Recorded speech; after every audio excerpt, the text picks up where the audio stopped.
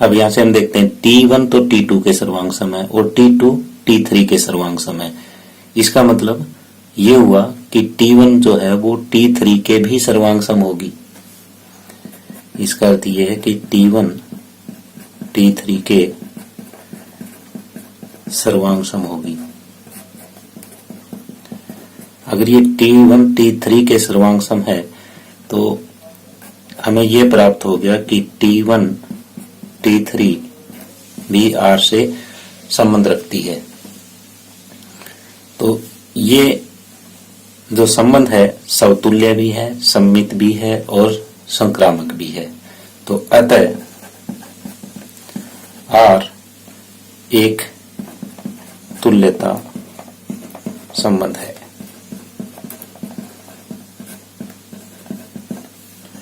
तो इस तरह से हमारा उदाहरण नंबर 2 कंप्लीट होता है।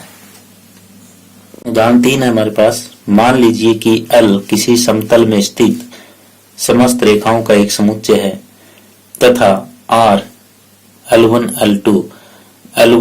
L2 पे लंब है, यानी पहला अवयव दूसरे पे लंब है। समुच्चय L पे परिभाषित एक संबंध है। सिद्ध कीजिए कि R सम्मित है किंतु न समतुल्य है और न ही संक्रामक। तो हमें जो ये R दिया हुआ है वो इस टाइप से दिया हुआ है।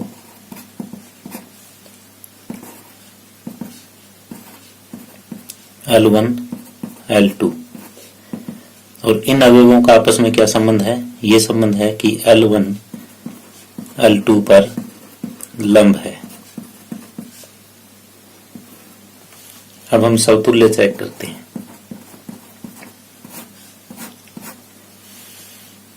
अब हम जानते हैं कि कोई भी रेखा खुद पे लंब नहीं हो सकती। हम जानते हैं कि कोई रेखा खुद पर लंब नहीं हो सकती।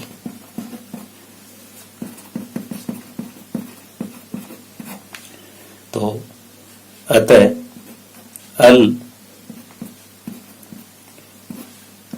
L1 मैंने लाइन का नाम लिया, L1 जो है L1 के लंब है।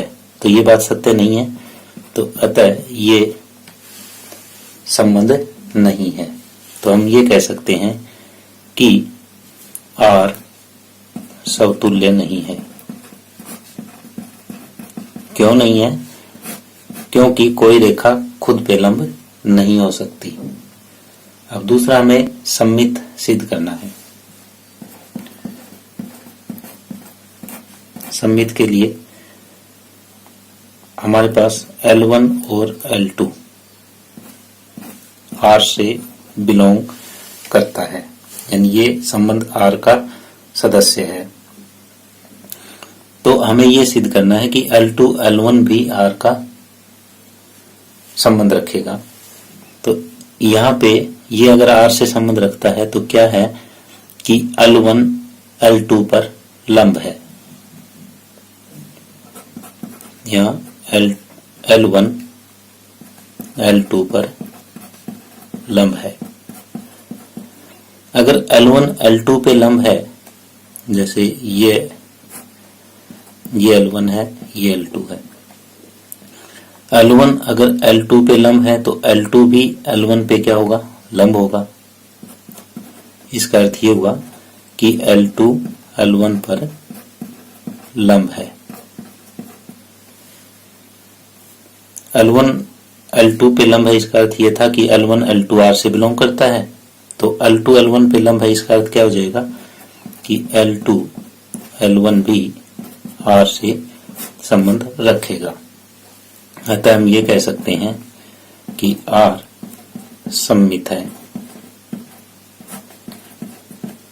तीसरा हम संक्रामक चेक करेंगे कि हमारा दिया गया संबंध है वो संक्रामक है कि नहीं है। तो इसमें L1 L2 L3 तीन लेते हैं कि L1 और L2 R से संबंध रखते हैं, L2 और L3 भी R से संबंध रखते हैं और हमें ये दिखाना है कि L1 L3 भी R से संबंध रखेगा।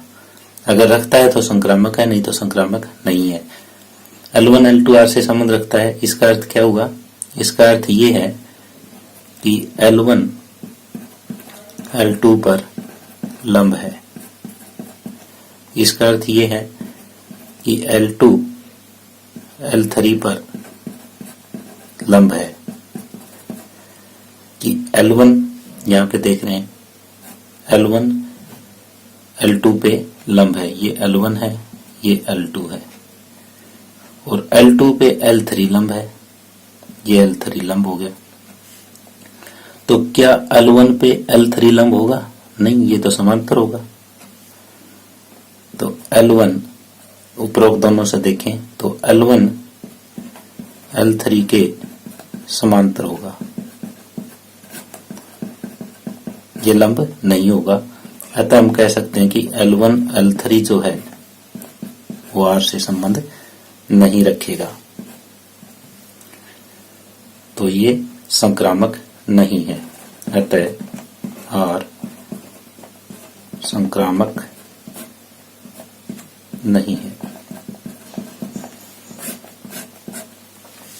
तो इस तरह से हमारा उदाहरण नंबर 3 कंप्लीट होता है। उदाहरण नंबर 4 है, सिद्ध कीजिए कि समुच्चय 1 2 3 में हमें ये आर्क दे रखा है कि 1 1 2 2 3 3 1 2 2 3 द्वारा प्रदत्त एक संबंध समतुल्य तो है, लेकिन न ये सममित है और न ही संक्रामक है, ये दिखाना है। तो हमें जो समुच्चय दिया है वो ए मान लेते हैं हम। ये समुच्चय दिया हुआ है 1 2 और 3, और इससे जो संबंध दर्शा रखा है वो ये है 1 1 2 2 3 3 1 2 2 3। पहले हम समतुल्य की जांच करते हैं कि ये समतुल्य है कि नहीं है। जैसे इसमें हमारे पास 1 2 3 ये 3 अवयव हैं, तो R में हमारे पास क्या क्या होना चाहिए? R में हमारे पास ये होना चाहिए, एक तो 1 1 होना चाहिए, 1 2 2 होना चाहिए, 1 3 3 होना चाहिए। ये तीनों के तीनों R में विद्यमान है।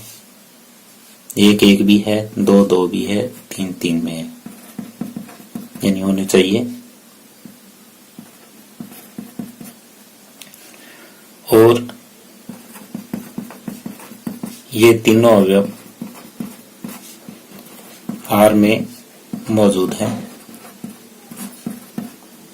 तो अतः R समतुल्य है। दूसरा हम चेक करते हैं कि ये सममित है कि नहीं है। सममित के लिए जैसे हमारे पास यहाँ 1 2 इन चीजों को हम अब नहीं देखेंगे, हम बचे हुए अवयवों को देखेंगे। जैसे जो दोनों सेम है उसमें सममित हम नहीं देखेंगे, तो बचे हुए अवयव 1 2 हैं, ये हमारा R से संबंध रखता है। तो ये होना चाहिए कि 2 1 भी R से संबंध रखे, लेकिन ऐसा यहाँ पे नहीं है। 2 1 R से संबंध नहीं रखता, तो अतः R सममित नहीं है। अब तीसरा, संक्रामक है कि नहीं है, ये चीज चेक करनी है। संक्रामक के लिए हम ये देख रहे हैं कि 1 2 R से संबंध रखता है, दूसरा 2 3 भी R से संबंध रखता है, लेकिन